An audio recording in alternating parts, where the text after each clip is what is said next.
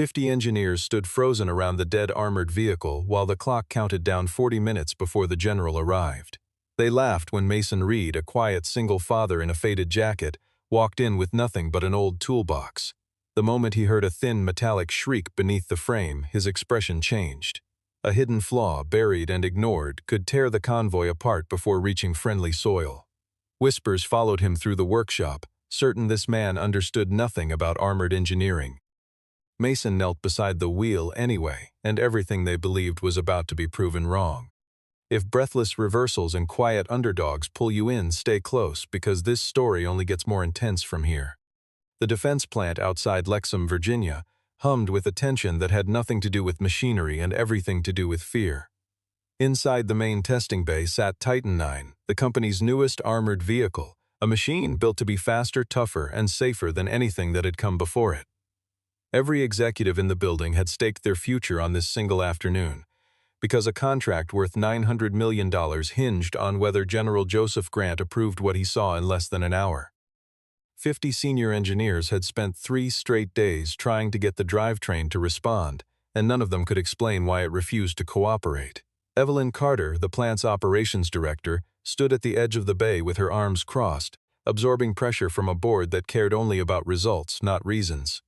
Connor Blake, the lead engineer, paced near the vehicle's flank, projecting a confidence he no longer felt. He had built his reputation on certainty, and certainty was the one thing that had abandoned him in the last 72 hours. Jason Miller, the board's representative, kept glancing at his watch and reminding Connor that someone would need an answer if the demonstration failed, and that answer could not be the company itself.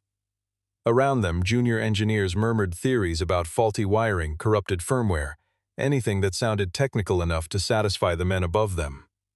None of it explained the strange hesitation in the vehicle's response, the way it seemed to fight its own systems instead of obeying them. It was into this chaos that Mason Reed walked, unnoticed at first, wearing a faded maintenance jacket and carrying a battered metal toolbox that had clearly seen better decades. He had not been summoned to look at the armored vehicle at all. His assignment sheet listed a secondary hydraulic lift near the back wall, nothing more. A few engineers glanced his way with the particular disdain reserved for men who fix things instead of designing them, and went back to their arguments. Mason said nothing, set down his toolbox, and let his eyes drift toward Titan IX the way a man studies a stranger's face for something familiar. Then he heard it, a thin metallic protest rising from beneath the chassis, faint enough that the engineers arguing over diagnostics had missed it entirely. The sound stopped him mid-step. It was not the clean electronic chirp of a sensor fault or the dull whine of an overworked motor. It carried the specific grinding character of metal fighting metal under uneven load, a sound he had heard before in places far rougher than this clean, fluorescent-lit bay. Connor noticed him standing there, head tilted, a smirk that maintenance staff were not paid to admire the equipment. Mason answered quietly that the sound beneath the vehicle was wrong, that whatever they were chasing in the software was not the real problem. A ripple of laughter moved through the nearest cluster of engineers, because 50 credentialed professionals had failed to find the fault, and now a man with grease on his sleeves claimed to hear it from across the room. The laughter had not even finished settling when a warning light on Titan IX's dashboard snapped to a furious red, signaling that the drivetrain's core stabilizer had crossed into dangerous overheating. The room went still for a heartbeat, the kind of silence that follows a joke nobody finds funny anymore. The fluorescent lights overhead buzzed faintly, the only steady sound left once the laughter died away, and for a moment nobody moved at all. Engineers who had spent 3 days convinced the fault lived somewhere inside a circuit board now stared at the red warning light as if it had personally betrayed them. Somewhere behind the group, a printer kept churning out diagnostic sheets nobody had asked for anymore, the paper curling out in a slow, useless ribbon. Mason did not move toward the panic. He simply crouched lower, listening again to the sound beneath the chassis, the way a man listens for a heartbeat he already fears is irregular. He had learned long ago that machines rarely lied outright. They simply spoke in a language most people had stopped bothering to understand. Connor seized the moment to turn Mason into the morning's entertainment, sensing an easy way to redirect the room's panic into mockery instead of blame. He asked, loudly enough for everyone to hear, which university Mason had attended, whether he held a doctorate in mechanical engineering, or whether he had ever served on a military design team. Mason answered simply that he had repaired many kinds of vehicles under harsh conditions, offering nothing more about his past, no credentials to wave, no titles to lean on. His restraint only fed Connor's contempt, and Jason Miller, eager to clear the floor of distractions, ordered security to escort the maintenance worker out of the testing area so the real engineers could continue uninterrupted. Evelyn Carter, watching from the side, found herself agreeing with Connor at first. The project was too sensitive, too expensive, to entrust to a man with a toolbox and no file in the personnel system worth mentioning. Then Mason said something that froze the entire bay into silence. If they forced another startup sequence, the torque balancer would likely shatter the instant the vehicle carried real weight.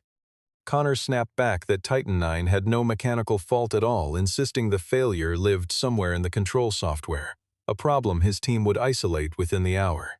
Mason pointed without raising his voice to a thin film of fluid beneath the rear left wheel, explaining that it was not leaking from a line but being forced backward through a seal because the drive shaft had shifted out of alignment. Amelia Brooks, the youngest engineer on the floor, leaned forward at that, because she had flagged unusual vibration readings days earlier, readings Connor had dismissed without explanation.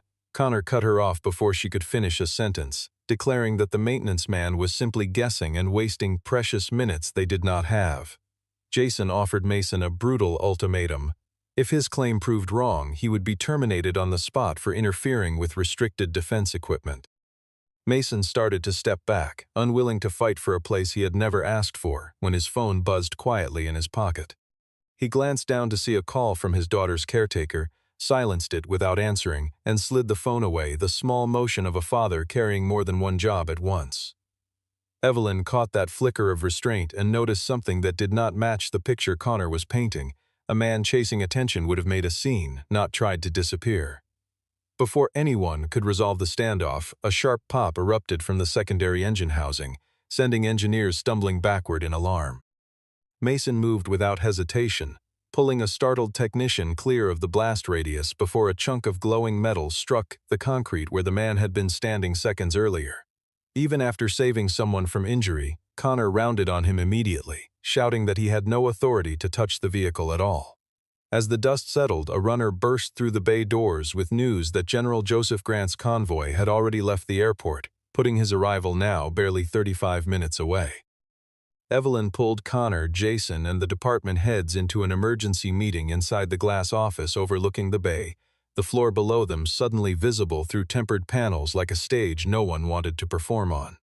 Connor proposed hiding the fault entirely, running Titan IX in a restricted mode that would only allow a slow, controlled crawl in front of the general, nothing fast enough to expose the failing drivetrain. Jason agreed instantly, his only priority securing the signature on the contract first and worrying about repairs afterward, when fewer eyes were watching. Evelyn hesitated, fully aware that this machine was meant to carry soldiers into combat, and that hiding a flaw now could cost lives later in places far from this clean Virginia facility. Connor pressed harder, warning that if she refused, the board would remember her as the director who let $900 million slip away over caution. Down on the floor, Mason knelt beside the wheel well with a white cloth, studying the fluid stain and the faint vibration marks etched into the steel decking beneath the chassis. Amelia approached cautiously and asked how he had known to suspect the torque balancer before anyone else had even considered it. Mason said only that he had seen a similar failure on an older prototype years before, offering no further detail, his voice carrying the weight of something he chose not to unpack. Amelia realized in that moment that whatever Mason was, he was not simply a man who changed oil filters for a living. She told him something that changed the shape of the morning entirely. The vibration sensor data from earlier that day had been deleted from the testing system before anyone could review it. Mason understood immediately that this was no longer a simple technical oversight. Something had been deliberately concealed. Logan Pierce, the plant's internal security manager, stood at a distance and caught fragments of their conversation, quietly filing away what he heard. Connor returned to the floor and announced that the entire testing area would be sealed, restricted only to his core engineering team, with no further interference from outsiders. Mason was handed a document to sign stating that he had disrupted the inspection process, a claim he refused to put his name to because it was simply untrue. Jason threatened that a hired hand had no business standing against a major defense contractor, his tone sharpening with every word. Mason remained calm, repeating only that the vehicle would not survive a real load test in its current state. Furious, Connor ordered the system restarted in front of everyone, determined to prove the maintenance worker wrong once and for all. Titan 9 roared to life, its wheels shuddering violently before the entire frame tilted at an unnatural angle. A panicked technician called out that the transmission housing temperature had blown past every safe threshold on the gauge. Mason shouted for an immediate shutdown, but Connor held the sequence running a few seconds longer, desperate for usable demonstration data. Mason lunged for the emergency cutoff switch on the auxiliary panel himself, killing the system with a violent shudder that silenced the entire bay. Connor grabbed him by the collar, accusing him of sabotaging the inspection, while Evelyn stared at the glowing red temperature readout and felt the first real doubt about everything Connor had told her settle into her chest. The smell of hot metal lingered long after the engine cut out, sharp and acrid, clinging to the back of everyone's throat. A few engineers backed away from the vehicle entirely, as though it might still detonate on its own. Jason kept repeating that they still had time, that nothing had truly gone wrong, the words sounding less convincing with every repetition. Evelyn finally pulled Connor's hand off Mason's collar herself, her voice low but absolute, telling him that whatever had just happened was no longer something a press release could fix. Mason simply exhaled, rubbed a streak of grease from his palm, and waited for someone in that glass office above them to finally ask the right question. Evelyn ordered everyone clear of the danger zone and gave Mason exactly 5 minutes to explain himself before deciding what came next. Mason did not apologize and did not plead. He simply asked to see the original blueprint of Titan 9's drivetrain, the very first version drafted before any later modifications. Connor objected fiercely, insisting that a maintenance worker had no clearance to view restricted engineering documents under any circumstance. Amelia surprised everyone by speaking up, saying that with no other working theory on the table, they owed it to the project to at least listen. Jason reluctantly allowed it, though he ordered Logan to monitor the room closely while the file was pulled up.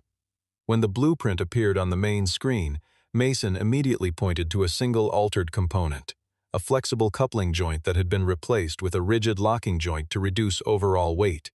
Connor claimed the change had been an improvement made by his own team, proof of forward thinking rather than carelessness.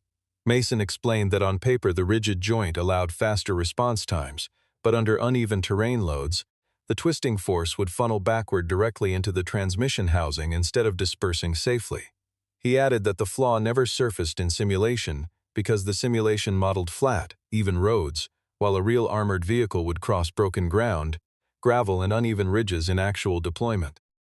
Evelyn asked how he could possibly know this with such confidence. Mason paused before answering, then admitted that years earlier he had taken part in a field testing unit for a prototype with a nearly identical structure. Connor scoffed, arguing that field testing carried none of the rigor of formal engineering design. Mason pointed to a small auxiliary line in the control code, explaining that this segment had been quietly compensating for the mechanical flaw all along, meaning the software was not the cause of the failure but its unwitting victim. Amelia checked the logic herself and confirmed Mason was right. The program kept reducing output force because its sensors were registering abnormal vibration patterns it could not otherwise explain. Jason grew visibly nervous, realizing that if Mason was correct, every technical report Connor had filed amounted to a deliberate fabrication. Connor shifted tactics, arguing that even if Mason had found the fault, nobody could repair it before General Joseph Grant arrived. Mason asked for the old parts storage to be unlocked so he could retrieve a flexible coupling joint from a prototype that had been scrapped years earlier. Evelyn warned that the storage room had been sealed since that earlier project collapsed. Mason replied that the project had not failed because of bad design, but because someone had cut its funding before testing could ever finish. The remark landed like a blow, and Connor's face drained of color, suggesting he knew far more about that history than he wanted to admit. Logan quietly pulled the old storage records and discovered that Connor himself had signed the order to destroy the prototype's testing data that same year. Evelyn overrode every objection and ordered the parts room unlocked at once. 28 minutes remained before General Joseph Grant's arrival, and the clock seemed to tick louder with every passing second. Mason, Amelia, and a small group of technicians rushed down to the old parts storage beneath the main factory floor. Dust coated everything inside, shelves stacked with components discarded from older military programs that had never reached production. Mason found the flexible coupling joint he needed, but it was corroded, missing a gasket, and stripped of any modern certification code. Amelia worried that using outdated, uncertified parts could disqualify them from the inspection entirely. Mason explained that he had no intention of installing the original part as it was. Instead, he planned to use its inner core as a temporary torsion buffer to save the drivetrain just long enough to survive the test. While they worked, Connor quietly called a contact on the board, claiming that Mason was actively wrecking the demonstration beyond repair. Jason demanded that Evelyn stop Mason immediately, warning that any unauthorized repair causing an accident would create enormous legal exposure for the company. Evelyn faced an impossible choice between rigid procedure and trusting a man the entire system had dismissed without a second thought. She decided to sign an emergency repair authorization on the condition that Mason accept full technical responsibility under his own signature. Mason signed without hesitation, a small gesture that revealed he was not merely talking, but willing to carry the consequences himself. Connor sneered that Mason had just signed his own termination notice. Mason said nothing and slid beneath Titan IX's chassis to begin the repair. The scene grew tense quickly. Hot fluid dripped down, bolts stuck fast. The gap for the new component was barely wide enough, and the cooling system kept climbing back toward dangerous temperatures.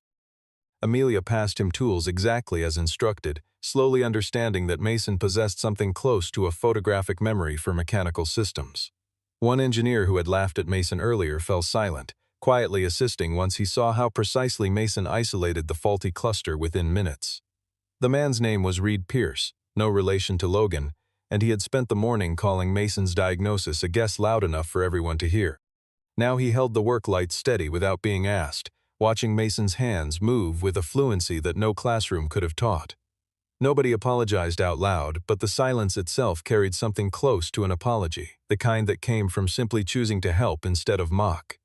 Mason discovered a locking ring installed backward in error. 50 engineers had missed entirely because they had been staring at software readouts instead of the hardware itself. He said aloud that a ring like that could not install itself backward. Either someone had been careless, or someone had wanted it that way. Logan, overhearing this, immediately pulled the security footage from the original assembly area. With 17 minutes left, Mason needed a heat-resistant gasket the storage room no longer had in stock. He looked around, pulled a scrap of alloy from an old discarded shield panel, and machined a replacement gasket himself on the workshop's small bench lathe. The room held its breath, watching him work with a precision that bordered on impossible for someone holding nothing but hand tools and scavenged metal. The gate alarm sounded a moment later, signaling that General Joseph Grant's convoy had already entered the factory grounds, far earlier than anyone had prepared for. General Joseph Grant arrived earlier than scheduled, flanked by a small escort of officers and defense inspectors moving with quiet, practiced efficiency.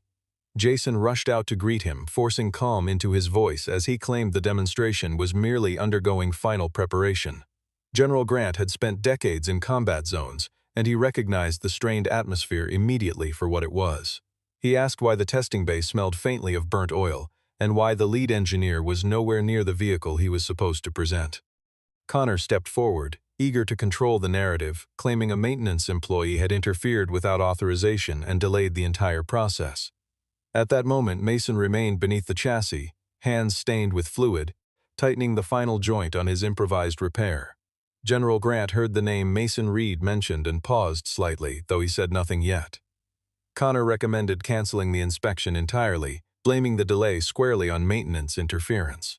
Jason agreed quickly, eager to turn Mason into a convenient scapegoat for the entire morning's chaos. Evelyn interrupted sharply, stating plainly that the fault had existed long before Mason ever touched the vehicle. The room tensed further since this marked the first time Evelyn had openly broken from Connor and Jason in front of an outside authority. General Grant asked directly who exactly was working underneath the vehicle right now.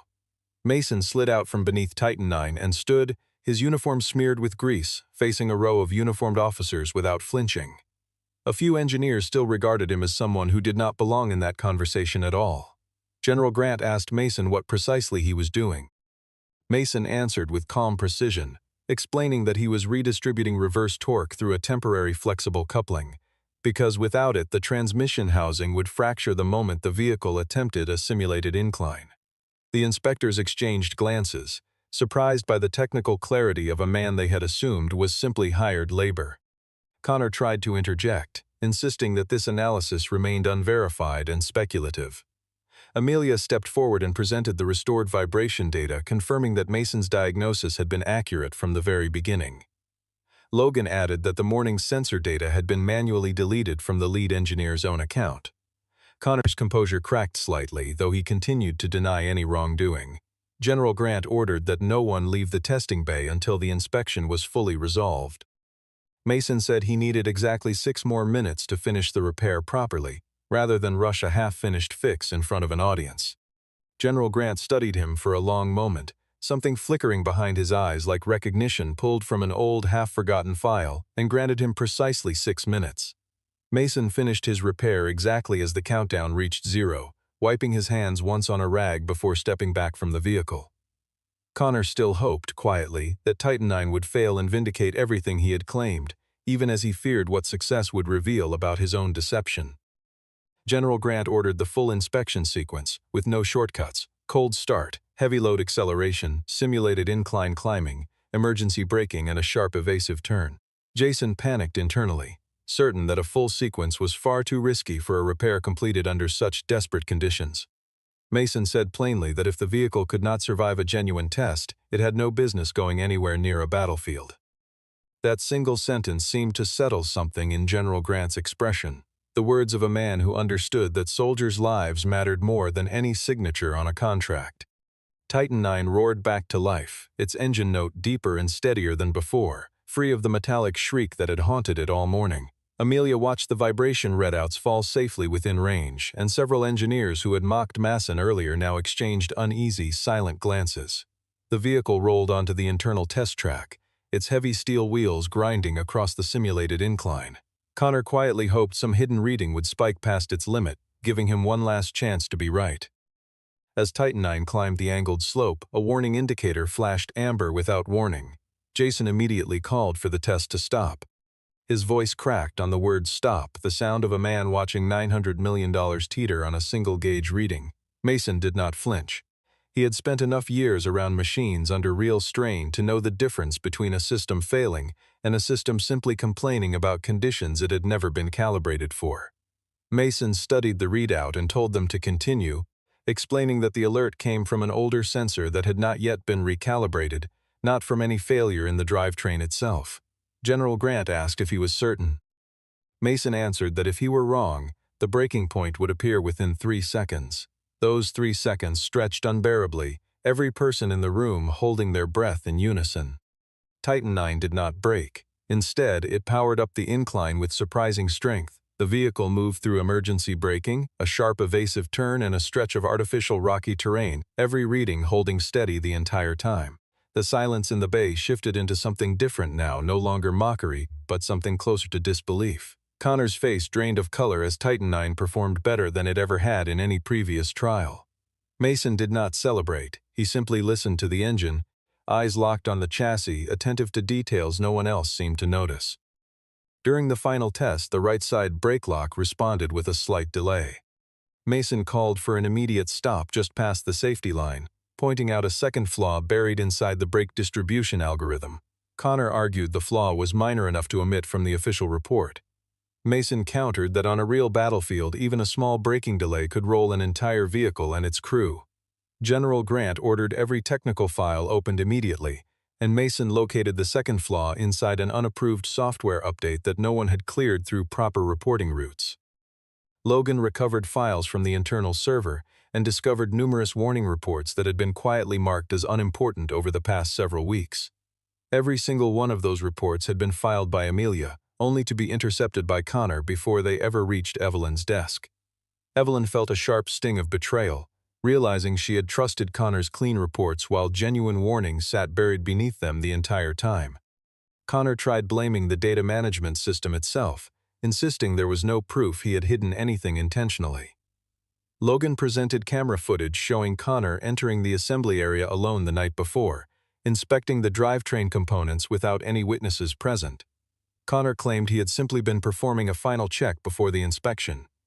Mason reviewed the footage and recognized the exact moment Connor removed a protective cover from the precise spot where the locking ring had been installed backward. Jason began distancing himself from Connor immediately, insisting the board had known nothing about any of this. General Grant requested Mason's full technical background be pulled for review. Jason mocked the idea, certain Mason's file would contain nothing beyond basic maintenance records. Logan typed Mason Reed into the older archive system and found a portion of his file sealed under a previous military order. The atmosphere in the room shifted instantly.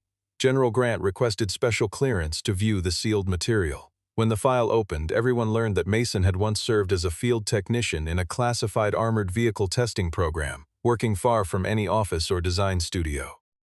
He had not been an engineer on paper, but the man who saved multiple test crews through emergency mechanical solutions under brutal field conditions. One line in his file noted that Mason had proposed a torsion-resistant flexible joint years earlier, an idea rejected only because funding for the program had been cut. Amelia realized that the very component Mason had just installed was an improved version of that same rejected design. General Grant confirmed he remembered reading a report about a young field technician who had saved a prototype during one especially brutal testing exercise. Connor fell silent, knowing he had borrowed part of Mason's original idea without ever crediting the source in his current design.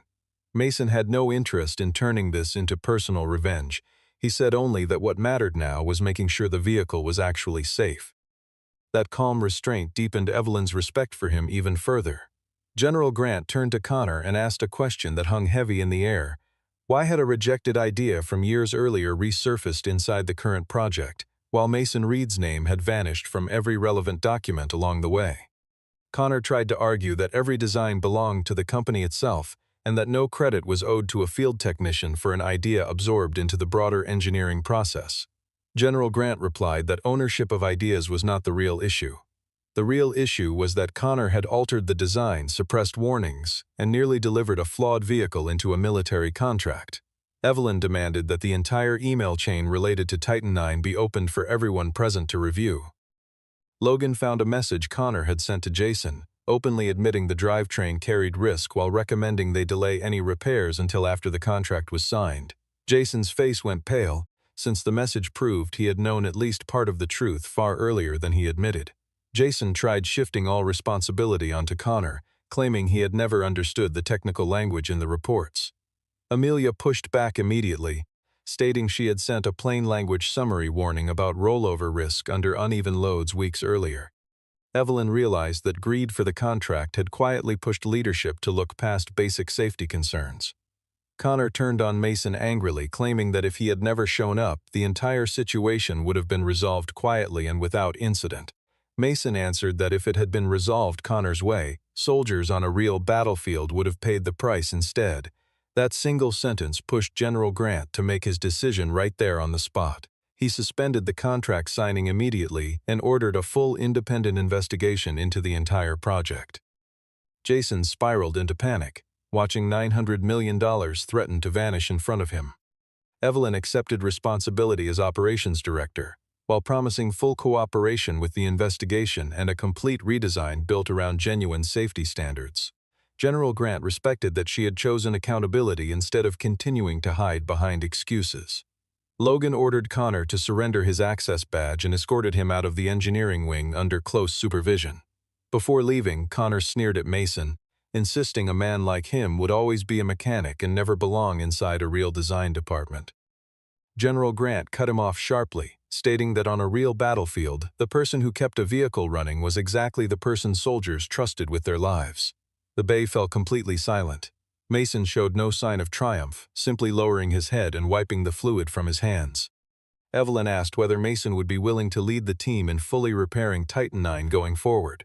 Mason agreed, but only under one condition. Every flaw had to be documented honestly, with no one allowed to polish a report just to protect a contract.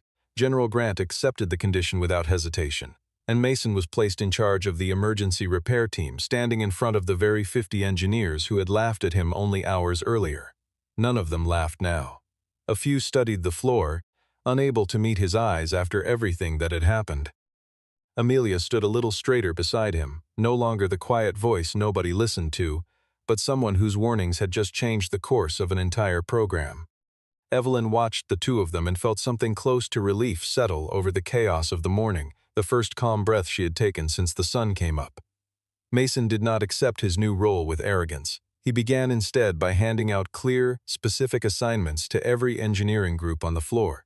He asked Amelia to lead the full restoration of sensor data, assigned one team to disassemble the drivetrain cluster, and sent another to rebuild realistic terrain simulations matching actual deployment conditions. The engineers who had mocked him earlier that morning shifted uncomfortably, but Mason never brought up the past insults. He asked only that they do their work correctly and report any flaws honestly without exception. This small shift quietly transformed the culture of the entire workshop, moving it away from fear of blame and toward an open effort to catch problems before they caused real harm. Evelyn observed Mason as he worked and recognized that his leadership came not from any title, but from the steady calm he carried under enormous pressure. Mason identified 3 essential corrections the design needed: a torsion-resistant flexible joint, a braking algorithm responsive to uneven loads, and a vibration sensor relocated nearer the rear axle. Amelia suggested a software solution to assist the transition, but Mason reminded her that software should never disguise a mechanical flaw, only support a design that was already sound. General Grant granted them exactly 4 hours to produce a working technical correction that could prove this new direction was capable of saving the entire project. Jason tried calling the board to protect his position, only to find that Logan had already revoked his access to the project's internal data. Evelyn formally reported to the board that every decision moving forward would prioritize safety over public image. In one quiet moment, Mason received a brief phone call from his daughter's caretaker.